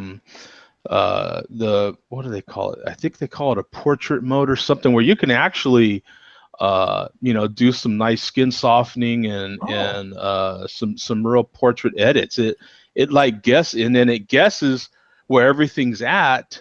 And now it like shapes the face and stuff like that. Wow. It's I'm telling you, man. As a matter of fact, you reminded me now, and I meant to order some what do you call them, styluses for my iPhone. Okay. That's what I'm gonna do. I'm gonna order some styluses from Amazon. Oh, okay. And, so you can get more fine control on doing stuff. Huh. Yeah, because it's I love that app, man. I'm telling you, if they ever put that on the desktop, game changer, man. I mean, it's Adobe sweating bullets at that point. Yeah. I'm telling you. You got to be careful, Joe. You're not going to need that 7D Mark II. I mean, man, it's like it's a lot of fun to play around with. It definitely. What I find is that they've got so many things that you can play around with. It gives me more creative ideas for when I do actually get on the computer and edit, Oh yeah. It gives you a quick way to do stuff and see if you like that effect, and then you can figure out how to do it on the right or on a computer. Yeah. Right. Cool. That's a neat. You got Mr. Mac right down here. I like that. Yeah. We got the Mac. So it's the photo that I created. I take those sunrise photos every morning during the week. Yeah. While I'm going down the road, and then I just put another image on top of it, and it's just kind of fun, I thought. Yeah, it's definitely cool. Okay, 60 seconds and 1 minute even. F11, there we go. And this is 2 lights better than 1. Light in the distance. So this is southwest light out here. Okay. Yep. And got the water to totally like surface fog effect there. Yeah, I had to get a little wet to get this one. Oh, right. You're standing out on a rock here? Yeah, I had to wade out to it. Oh, wow. A little bit. The water was nice and warm, I'm sure, right? Not at first, no. But once your feet got numb, it was fine. And even though I think the tide was going out at the time, but it was still splashing. So I was like standing sideways between me and the camera. Okay. All right. Yeah. Yeah. That's nice. Sacrificing for the shot. Anything for the shot. Yep. There was another photographer there that was on that rock face there. Oh, over here. Yeah, over there somewhere. Okay. And then he came over later. I said, "You can have my spot. I'm getting ready to leave." And he was looking. He wasn't really. Yep. So He was like, I don't know if I want to go out there. you're willing to do what's necessary to get the shot. So Yeah. that's, yeah, that's neat. I like that. That's good. But that gives a great, just having the rock right in front of you there is very nice. Yeah, good stuff. There we go. Supply your own title.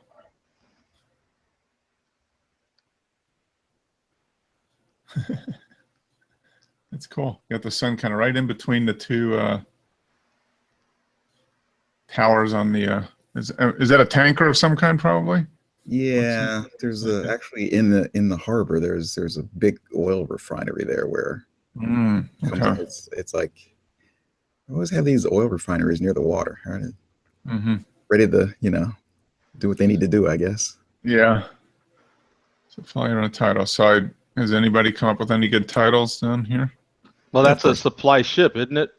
Isn't it like, I think that's your play on it, right? Like it's a supply ship, right? Isn't that what they call them, or what?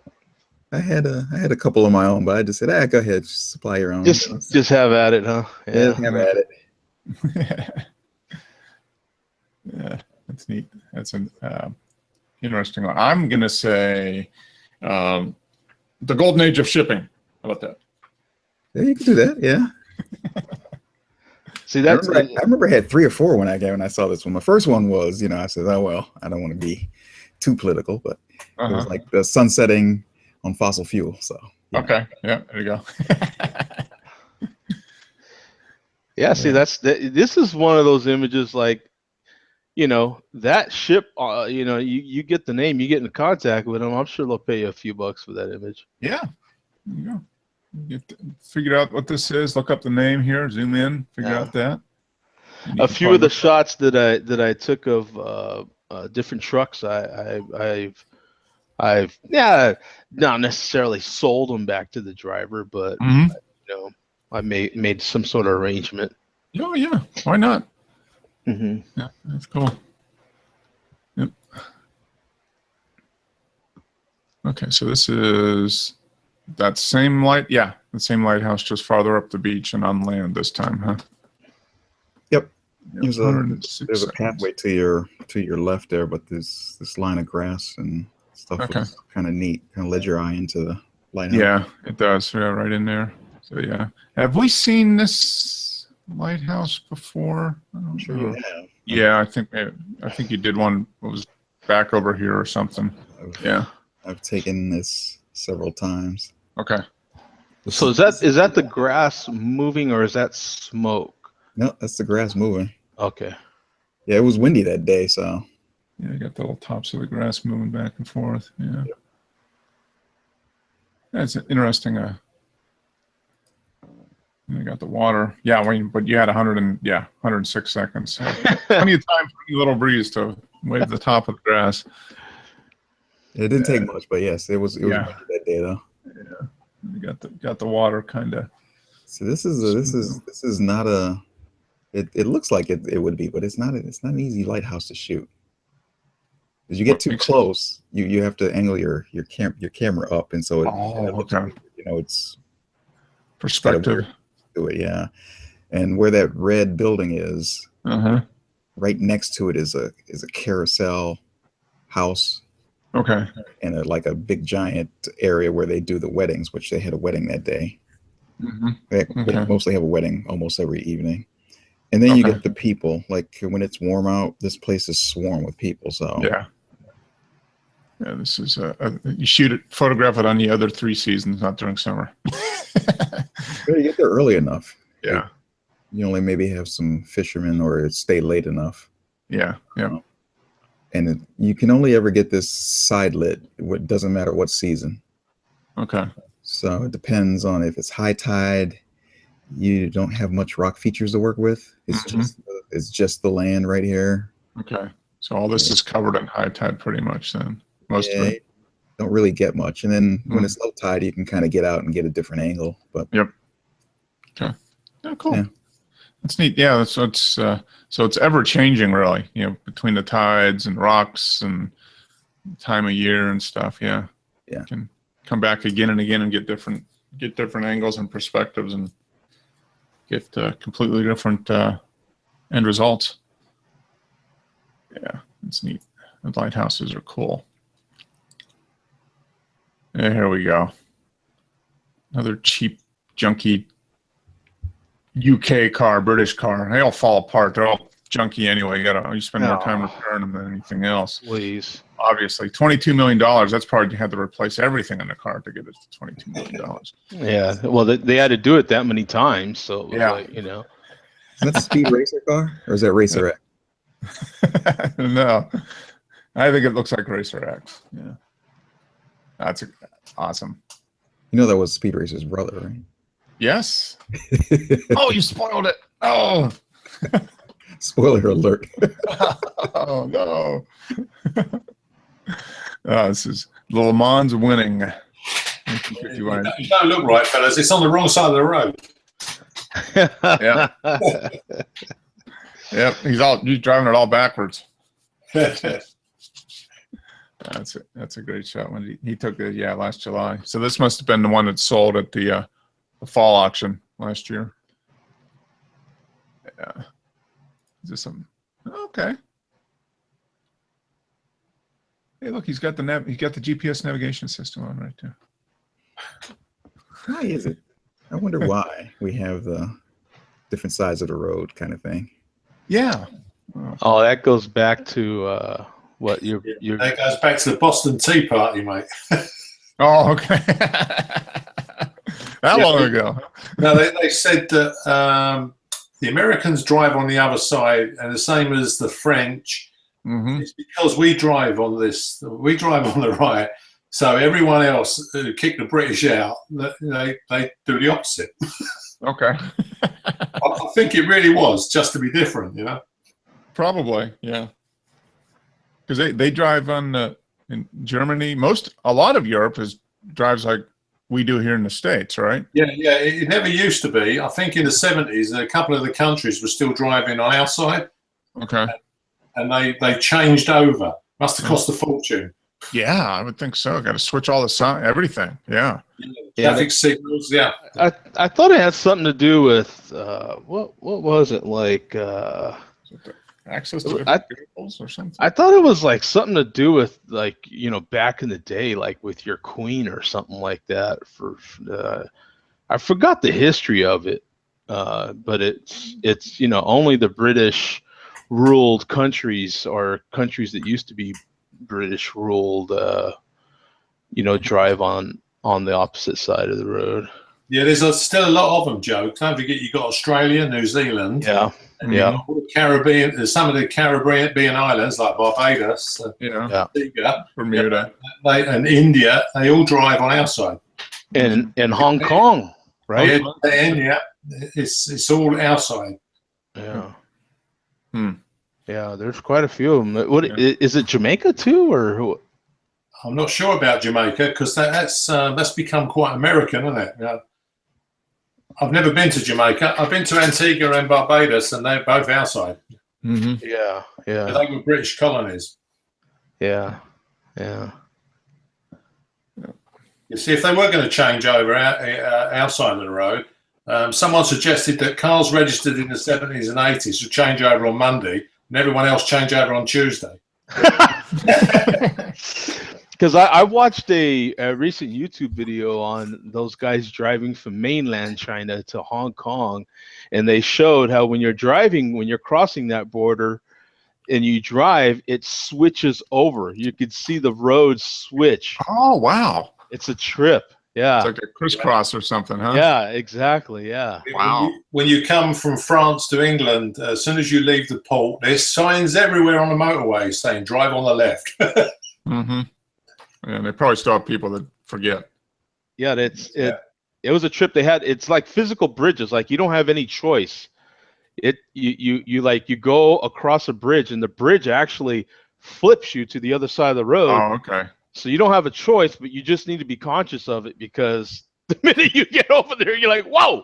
I'm on the other side, So, Well, Joe, when I was driving in Florida, I actually come out my hotel and got in the car on the wrong side. And I actually got in the car and then looked at the steering wheel on the other side. And you're like, wait a minute. I remember.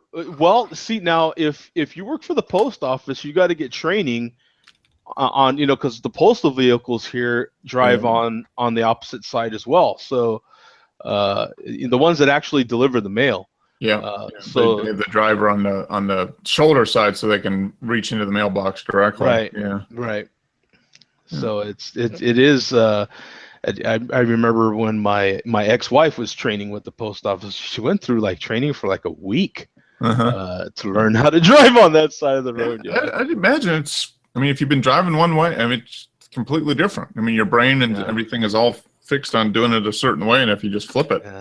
Yeah, I'll tell you, it's a problem because when I was driving in America, I had to really concentrate. When I got in that car and drove, I had to make sure that white line was down my door, not the passengers. Mm-hmm. Yep. Yeah. It's definitely different. That's for sure. And the left turns and the right turns. Mm-hmm. Yeah, and you guys can turn on red traffic lights, can't you? Mm-hmm. Yep. A lot of places you can turn right on red. Yeah, you can't do that here. Can you turn left on red? Can you turn left on red there? No. No. Depends on the state or the municipality. Some places you can, some places you can't. Yeah. Yeah, some places you can't. But Europe in general is like that. That was my first big thing when I came back from Germany. Was after driving there for so long, I stopped at the darn red lights. You know what I'm saying? Mm-hmm. People were honking at me. And I'm like, what the hell's wrong with you? It's a People red honk light. at you and go, don't you like that colour? Yeah, that was one of my first adjustments when I left Germany was getting used to turning on red lights again. Yeah, Mm-hmm. When I came back from Italy, Joe, I had to get used to stopping at red traffic lights because none of them do. Yeah. Well, okay. Yeah. So Italians, a traffic light is just a suggestion. Yes. Yeah, exactly. Yeah, I tell you, Mark, I was driving along the seafront in Sardinia, and the lights went to red, and 3 vehicles in front of me went through. I was the mug who stopped. Yeah. Yeah. Oh man. Yeah, they just they just ignore the lights. Mm-hmm. Yeah, and the lights in Italy, the red light is twice the size of the green one. Huh. Because they still don't see it. You really should stop, Yeah, they still don't see it. Are they like that in your area, Mark? Where I notice some of the lights now are flashing before they actually go red, they actually flash. We have. Then they go. You know what I'm saying? To get your attention. We haven't seen a red light. We've seen. There's a number of places now where they got a left turn arrow that'll flash. Yeah. It'll be green for left exclusively, and then it goes to a flashing yellow, which to let you know you can still turn left, but you got to pay attention to what's going on. Yeah. Because you don't have but I haven't seen it flashing like red light yet. We got that in the UK here. We have a amber light. We have red, yellow, and green. Mm-hmm. Yeah, and if it's flashing, then it's going to go red. Oh, okay. See, ours don't. I haven't seen any that do that yet here. Yeah, and when the red light, when you're sitting on a red light, it will go to red and amber together to tell you to prepare to go, because then it goes green. Oh, okay. All right. So it gives you a little cue rather than just switching. Yeah. If you're driving up to a traffic light and it's green and it's going to go red, it will start flashing a single amber light, and then it will go to red. Okay. Yeah, we have the yellow. It'll go from green. We get the yellow light in the middle when it's going from green to red, but we don't get any indication of going from red to green. It just switches. That throws British drivers when you're in America, because that amber gives you time to put the car in gear and everything. Mm-hmm. Yeah. And it's panic stations when it suddenly just jumps from red to green. Mm-hmm. Yep. Well, see, this image here, Simi had a lot of time to think about how to design traffic lights because it was 149 seconds. Yeah, good Lord. Yeah. That's great, though. Got the water turned into just completely. That's what's cool. You've shot here before, too, Sim, right? Mm-hmm. Yes. Yeah. It's the same park. It's just down further. Okay. Yeah. This pier is closed off to the public. Okay. It's a great example of how you can go on different days or different times of the year and just get different stuff. Yep. You know. Yeah. If you find Did you do spots. Did you do anything with this picture, or or is that how soft it is after you do your 10 stopper? Nope, that's this one was 2 exposures. Okay. One was for the water because it was I just had to, because it was really choppy because it got windier as it went on. Mm-hmm. And then the bottom one was for the exposed for the rocks to get the light correct for that. Okay. All right. All right. So you did the rocks and the water separate then, basically. Okay.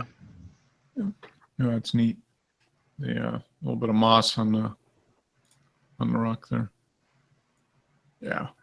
That's a Do you very do nice. different F number then, Semi, when you do the close up?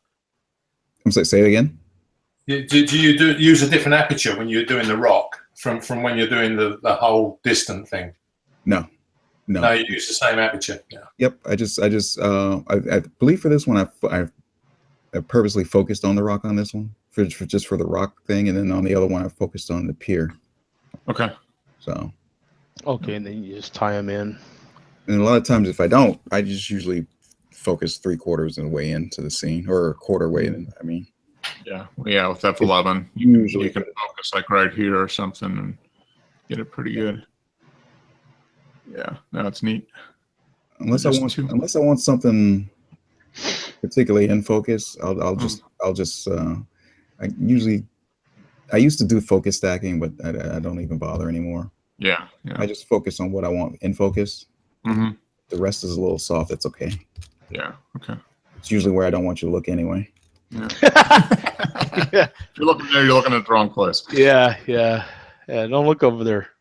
So this looks like Wes went out with his that 1930s camera he got on eBay for $20 or whatever. Remember what he was talking about? And he had a roll of that Ektar. So he put a roll of Ektar 100 in it. And so these are from that roll. He had gone through that a couple weeks ago, and he hadn't got it processed yet. So That Ektar's pretty good for colors. mm-hmm. I'm looking forward to seeing what I get when I get back my Ektar 100 from the trip, because there was a lot of green, some pretty bright colors in a couple images. So it'd be interesting to see. But yeah, it looks like the camera works great. And this is cool. I think this is, yeah. I love the orange in the front here, the flowers. UF bat houses. Okay, so they're for bats.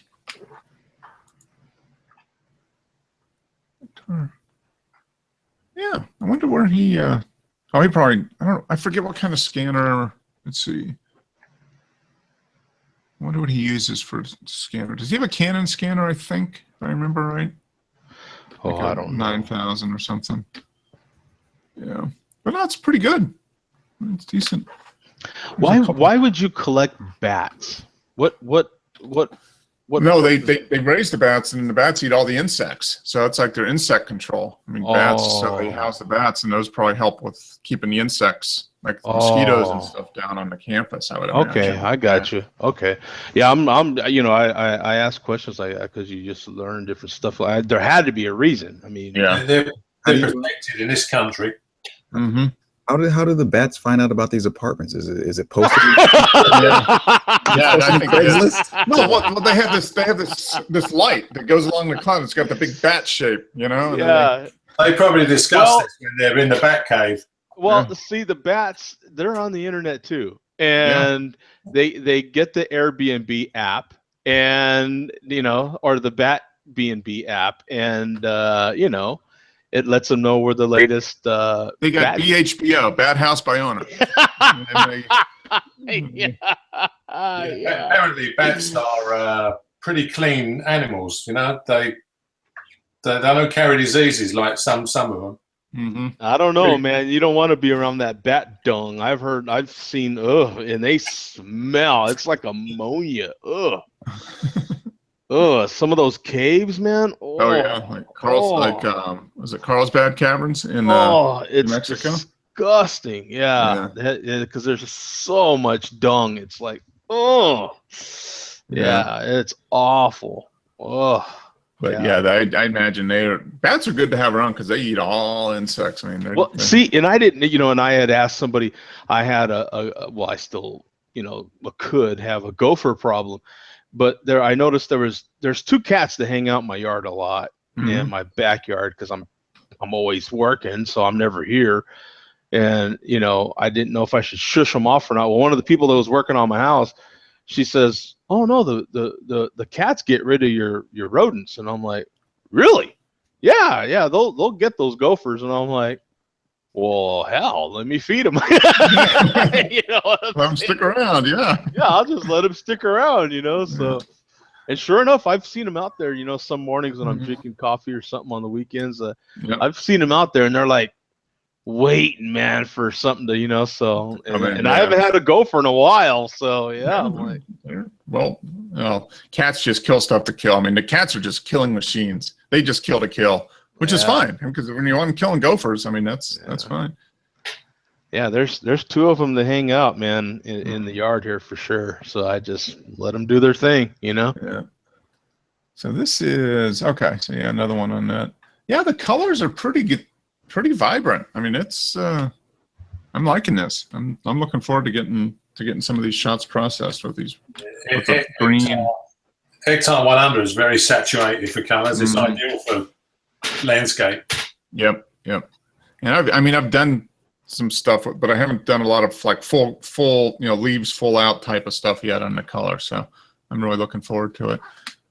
Yeah, it's definitely sharp too. It's not that bad. It's I guess the lens on that 85-year-old camera's doing pretty good. Yeah, it's not bad because it's the stuff right here towards the side is a little blurry, and then the stuff in the foreground's a little blurry, but you can tell it focused on that sign right there. Yeah, I think that's where he focused, was right there. Yeah. No, it's good stuff. I'm glad to see you got some good images out of that $20 camera. Can't beat it. Yep. So this is one of Pam's shots. She was walking around photographing this bridge as I was trying to get it with the large format camera. So this is apparently the oldest covered bridge in the U.S. Really? Built in 1825. It's been restored, but I mean the original bridge was, I guess some of these timbers are from 1825 when they originally built it. So I set up over here, which I've seen a couple other shots, and I shot it this way. She shot this from the road with the the 14 to 150, and she shot it at 48. Which is equivalent of basically 100 millimeters. And I only have one. I looked at this view for the large format, but I didn't have a lens big enough. I mean, it would have been too far away to get this kind of thing, but it worked out pretty good. So I need to get probably like a 270 millimeter lens to get this equivalent kind of view, I would guess. Yeah, 300 mil lens would be 100 mil. It's about a third. Yeah, and that's probably the lens, something like that. I mean, that's what a lot of people say is you get, like what I have is like equivalent to a 45, then you can get like a 300, which will give you like a 100 and then get a wide angle. But yeah, but she came out pretty good. She got a nice reflection in the water of the bridge. And 100 mil would be a good portrait lens. Yep. 300, I mean, Yeah, I've started to look at those. I think I might try to get one of those here this fall, and maybe that's good. Oh, look at that ugly guy. So she took a picture of me fiddling around with my camera. So this is photographing that bridge. The covered bridge is over this way. That's a sturdy old tripod you got there. Yeah. It works out very well. Very good. And then I said, get a photo of me, action photography. There it is. That's large format action. Look at that. There we go. Yeah, that's what I'm talking about. Yeah. All of a sudden, you became much better looking. Yeah. It's like, this is much easier on the eyes. So, Yeah, but this was fun. It was nice. It was kind of, this was on Friday as we were driving around, heading on our way back to Albany, and we stopped at the state park and found this bridge. But it was kind of cool. It's like maybe 60 degrees and kind of raining, not raining, you know. So we had like little waves of rain and stuff. So it was fun. I'm hoping I got some good shots out of that. But it was kind of fun. And this is my digital shot at Art Museum near Cooperstown. And this is an old, just a wooden split rail fence, I guess they call it. Yeah. So I took this with the Olympus and just did a black and white on it process. It came out pretty good. Yeah, see, I like that too. See, that one that Pam shot is great, I think, you know, for just I mean, like, it's good for like backgrounds on your phone, or just like you could print that image that she took, and or you could change black and white, you could do different filters on it and put it like in your bathroom, or you know what I'm saying? Like, it's a good print for that. Yeah, like, I thought that this might be a good one to get printed, you know, to print out and see what it looks like. Yeah. And then this one that you did is the same sort of thing. Like, it's really good for, you know, you need a print for that one area of your house that's kind of, you're like, I don't know what to put there, you know, and these are images for that. Like, they're really good, you know, for that. Yeah, and this lens wasn't a particularly fast lens. It's like an f4 to 5.6, which on a mirrorless is really like 8, you know. But so I just focused here. I had it pretty much 4. I had it pretty much wide open, and just focused on this knot, and everything else blurred out a little bit. So. Do you guys have like your images like all on your phone too? Like, is every image on your phone something you made, you know, for your backgrounds or for your lock screen or anything like that? Yes. Yeah. That's what I've just, and I switch them out every once in a while if I find something I like and do that. Yeah, why not? I mean, you got some good. Oh yeah. Good stuff. It's a little bit unique too. So. I just love that sort of thing. You know what I'm saying? And this one would be a good background for something too. I'm thinking this would go good on my financial planning website. I can find a spot for this. Yep. I could do that. Yeah. So I think I can tie this into financial planning somehow. I don't know. Yep. Both those images you could, you know, her image too, you know, like you. Oh yeah. No, they're really flexible, flexible. Yep. And so could this one too. You're like, you know, this one's not bad for that either, you know. Shed some light on your finances. Boom! Look at that. He made a title for it, man. He made a title. See. So this is that same lighthouse, but from a little different view than where you were before, huh? Yeah. Was this that? Actually, this I think I'm in the same rock. This was the last one I took from that rock. Oh, okay. I think I'm zoomed in. I might be at 50 mil. Okay. So there's that rock, and then that should be at 24. Okay. Yeah. So this one is at 24. Okay. So you just zoomed in a little bit. Yeah. Yeah. And this one's at. The other one's at around 50. I could be wrong. 70. Yeah. But okay. Cool. And the black and white treatment is nice on this. That's a neat lighthouse. I love the weathered wood on it. Is it wood or is it stone? No, it's really strange. It's stone. Okay. Except it doesn't seem like it has any texture on it. It's almost like it's solid stone and then they etched in the brick. Huh. I'm sure it's not how they did it, but that's how it looks. Yeah. So I wonder if they just like built it out of brick and then filled in just whitewashed it all, filled it in with like a grout or something, you know what I'm saying? Just to fill it in the whole thing and then paint it over it. When you're far away, it'll just look smooth. Yeah. And when you get on it, you can see there's brick, but it's smooth. Okay. So it's very odd. Yeah. You know, most lighthouses that are made with brick, you can see the texture. Simmy, is that a radio mast next to that lighthouse? Yeah, yeah. Yeah. You want to get rid of that and the floodlights. Yeah, yeah. You clone these out pretty fast, I would bet. Yeah. with I that debate background. about that. Yeah. Yeah. But I think you remove that and you just put Big Sun right there. it's weird. Yeah. I've actually sold a couple of these images from this lighthouse. Uh-huh. It's a little nostalgic area. Oh, yeah. Did you sell it to people that are in your area or lived there at one point? Yes. No. Okay. One was the mayor of New Haven, the Oh, ex okay. Oh wow. mayor of New Haven, and then somebody else had purchased this too that loved this park. Okay. Yeah. Well, that makes sense. It just reminds them of home or whatever. Yeah. And for that type of thing, they really don't care that these are here because that's the way they remember it. You know, it's just, that's cool. Yeah, that's a great shot. I like the black and white treatment on that. So this is that carousel house over here. Is that what that is? Yeah, just peeking out, but it's Okay. it's much larger than, Okay. and it's not very attractive. So Yeah. Yeah. I've got a That's- few shots from there's a rock jetty that goes out Okay. shooting from the opposite side. Yeah, I think you've posted a few of those where you're on See on the opposite entire side of the house. carousel, looking at yeah. this. Yeah. Yeah. No, that's neat. That's a great image to end things on. Wow, good stuff. And we're only 2 hours in. That's not bad. Yeah.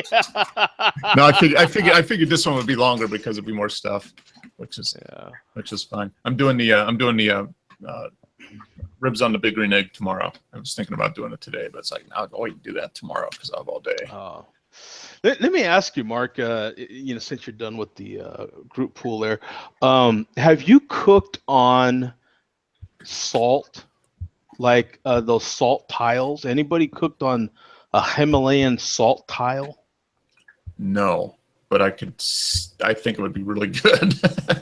I mean, just YouTube it.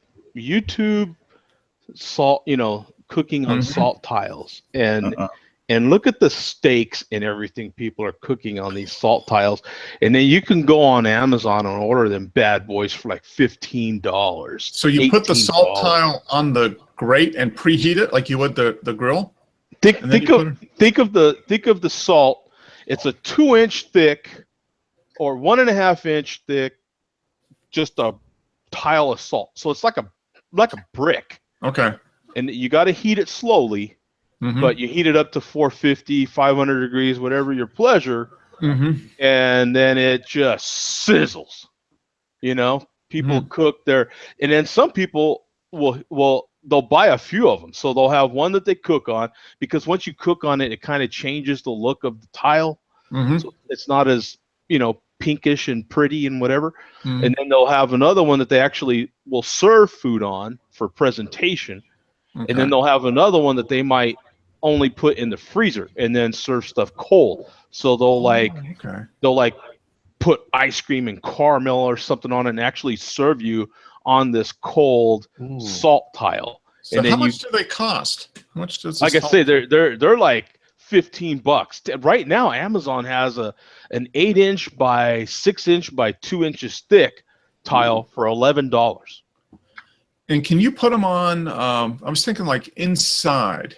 Like, could you put it like on a stove? on a stovetop, like a gas cooktop? Yeah, you could put them in your. You could put them in any heat source. You could put them on your stove, on your Okay. grill. You could put them on. The only thing that I'm seeing so far from watching a lot of videos is you have to be careful with handling them evenly. Oh, okay, yeah, because it could just break. Yeah, they could just break. But there's no waste at all. So as you use it, as you heat it and heat it and heat it, it's going to eventually crack and stuff like that. So as you get pieces that chip off, you just grate them and use them as salt. It's like salt. Yeah, So flavored there's salt. I mean, if you've been cooking steak on it, it's like, here's steak salt, It's like the Arby's commercial where they're like, the best marinade for beef is beef. I'm going to have to check that out.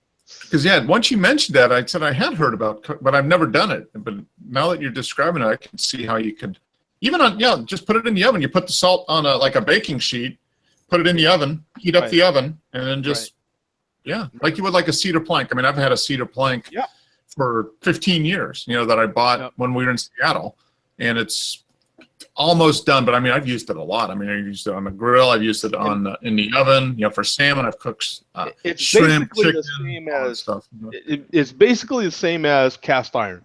Mm-hmm. And so it works the same principle. Like when you're cleaning, of course, it takes forever to cool, though. A couple of hours is what they're saying. But once it cools, it's antimicrobial or whatever they call it. So all you have to do is just rinse it off and scrape it, and that's it, and let it dry. Like there's no. I'm gonna have to check that out. That would be good. Okay, now I'm hanging out on Amazon here after we're done. Yeah, so they're like, you basically take your steak, and if you want, you can pepper it, but there's no need to salt it, because you just put it right on the salt, and it soaks the salt up from it. Wow. And Himalayan sea salt. I mean, I've been using Himalayan salt on, like table salt and seasoning salt for 3 or 4 years. It's really good. It's definitely better than Morton iodized salt. That's for sure. Definitely. Cool. I'm going to have to check that out. That I was really tempted yesterday to order. I've been tempted now for at least a week to order these tiles, and then I ordered more prints instead. But there we go. There you go, Dennis. You got to order photography first. Everything else is second. Yeah, everything else is optional. Well, my main thing too is that I cook. I do basically the same thing with my cast iron. So I did go buy some. They ever having huge Memorial Day sales on steaks at the grocery store. I mean, they had them like, cut in half, really, the prices. So, but I do the same thing with my cast iron. I'll warm it up, 450, and then, man, you put that steak in there, and it just sizzles, man. See, that's the nice thing, because you get the cast iron nice and warm, it holds a lot of heat. So when you put something on, it sizzles for a while because it's just soaking up. I mean, it's soaking up a lot of heat. It doesn't cool off fast, which means it holds the temperature. And then you put it back in that oven, and then it just, them steaks come out good, baby. Yeah, we do that a lot. Yeah, especially cooking indoors. I'll heat up the pan on the cooktop, get it nice and hot, put the steak on, get it sizzling, and then I just put it in the oven at like 400 for another 5 or 6 minutes, and bang, medium rare, perfect. Yep. Excellent stuff. Okay, now I'm hungry. Hungry for photography, that is. Yep. All right, guys. Hey, great show. Glad you guys can make it. Hopefully, I'll have some black and whites images from the trip next week, and probably color the week after. So we'll see if I got anything worth keeping. And you guys have a good week. Have a good day tomorrow. Are you off work tomorrow, Joe? Oh yeah. Okay, good. Yeah. Well, enjoy. Absolutely. And stay safe, and make sure we take a few minutes and thank all our veterans, Joe. So thank you. Keeping us safe. Yeah, sure. Yeah. Keeping us safe. So thank veterans, and I'm gonna try. Maybe if I can get out. I think we're having a local parade, so I'll see what the weather's like. But I might go out and shoot. A lot of people have got all the flags lined up, which can be kind of interesting. So there we go. Get some shots of that. So good luck. All right, guys. Thank you. Appreciate you showing up. Take care. Dennis, Joe, Simi. See you guys later. All right. Bye. Bye.